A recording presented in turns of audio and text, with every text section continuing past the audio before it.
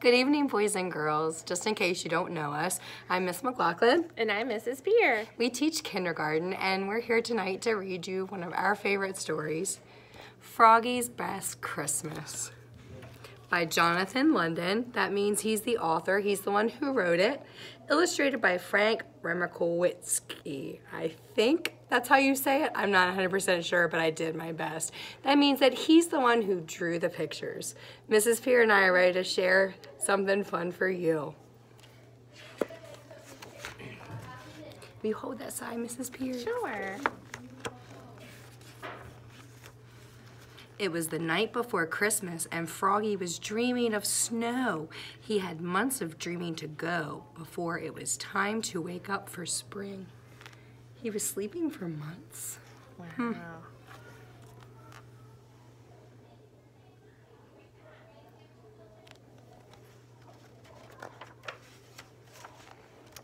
Thump, thump. In the dream, Max was tossing snowballs against Froggy's window. Froggy! Called his friend. What? But it wasn't a dream at all. Froggy woke up and looked out the window. Max! Max! He shouted! I can't tell if it's working.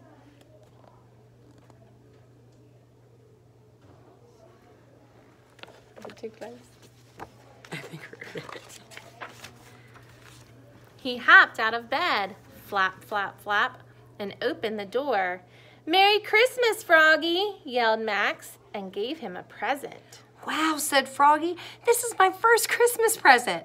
This is your first Christmas, said Max. You always sleep through it. I've heard all about Christmas, said Froggy. Now I can celebrate it. Yippee! And Froggy went to look for a gift for Max. Flop, flop, flop. I guess he's flopping because he's a frog.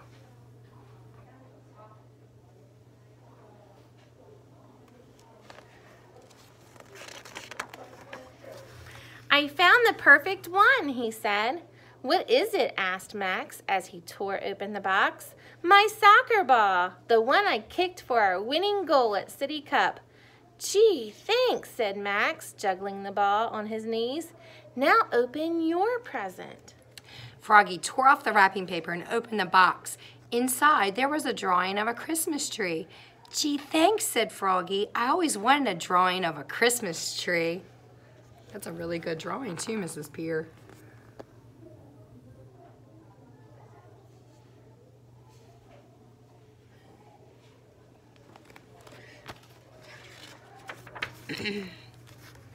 "No, no," said Max. "I'm giving you a real Christmas tree." "Wow," said Froggy. "What a friend." "Christmas," Max said, "is about friends." I think that's true. "Yes," shouted Froggy. "Let's go find Matthew and Travis." And he rushed to his room to get dressed. Zoop, zip, zut, zut, zut, zup, snap, zap, zwit, zum. Then he flopped outside. Flop, flop, flop went the frog.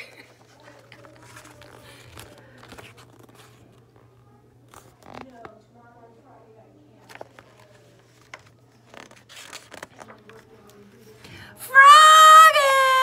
Called Max. What? Good job. Thank you. Did you forget something? What? Me! And together they went off through the snow to wake up their friends from their long winter naps. Oh, so there are more friends who are napping through the winter. First, they woke up Matthew. Wake up, they shouted. And Matthew the turtle yawned and crawled out from his home beside the pond.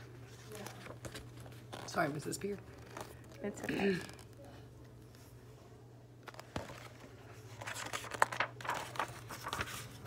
Then they woke up Travis. Wake up, they shouted. And Travis the bear yawned and crawled out from his cave under the snow. Merry Christmas, said Froggy and Max. This is my first Christmas ever, said Matthew. Mine too, said Travis. And together they all trudged off through the snow to find the perfect Christmas tree. You gotta find the perfect... Oh, I'm sorry. I got so excited to see what came next. It's really important to find the perfect Christmas tree, isn't it, Mrs. Peer? Here's one, cried Froggy. Nah, it's too skinny, said Max. Here's one, said Matthew. Nah, it's too fat, said Max. Here's one, he hollered, the perfect tree. And Max the Beaver gnawed and gnawed and gnawed until timber! Thunk. Then together they dragged the tree home through the snow. They must have found the perfect one. Not too fat. Too skinny, too fat, too little, just right. Reminds me of another story. The bears.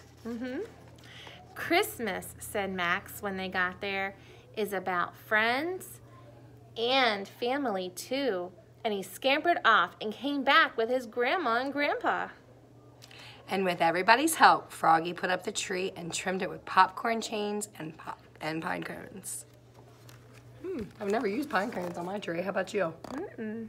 I saw some in a store that had some pine cones that came on it. Just hope the squirrels don't come too.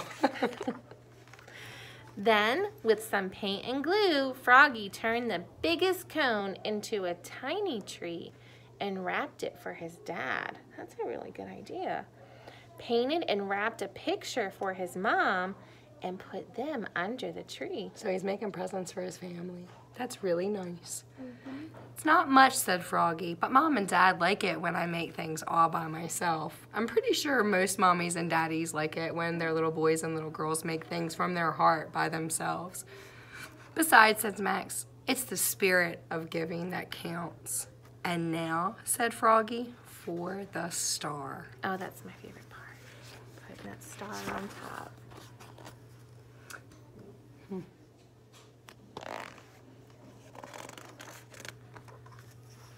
He made a star out of foil, then pushed a chair against the tree and climbed and reached and stretched. Timber! Shouted Max. Thunk. Oh no. Oh my goodness, I wonder what happened. Doesn't sound good. Uh-oh. Yelled his mother and father, what? And in they came, their eyes as big as sugar plums. Oops, croaked Froggy, looking more red in the face than green. Merry Christmas.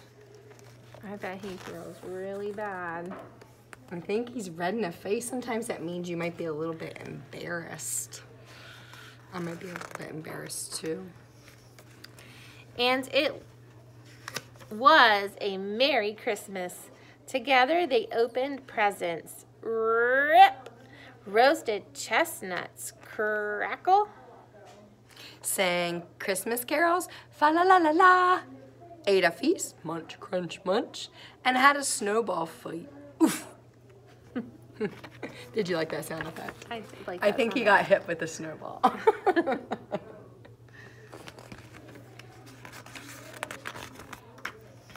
This is my best Christmas ever, said Froggy. Ours too, said Matthew and Travis. This is your first Christmas ever, said Max, and everybody laughed.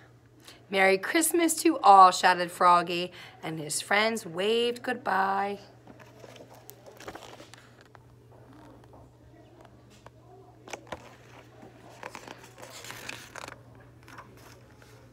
And to all a good night, boomed Santa Owl. Ho, ho, ho. Mrs. Peer, I just love Froggy books. Thank you for sharing with me. Boys and girls, we hope you like our story too, and we hope you have a very Merry Christmas. This is us tonight. Tomorrow night, there will be somebody else reading until the 24th of December, so please stay tuned. Have a great Christmas. Night.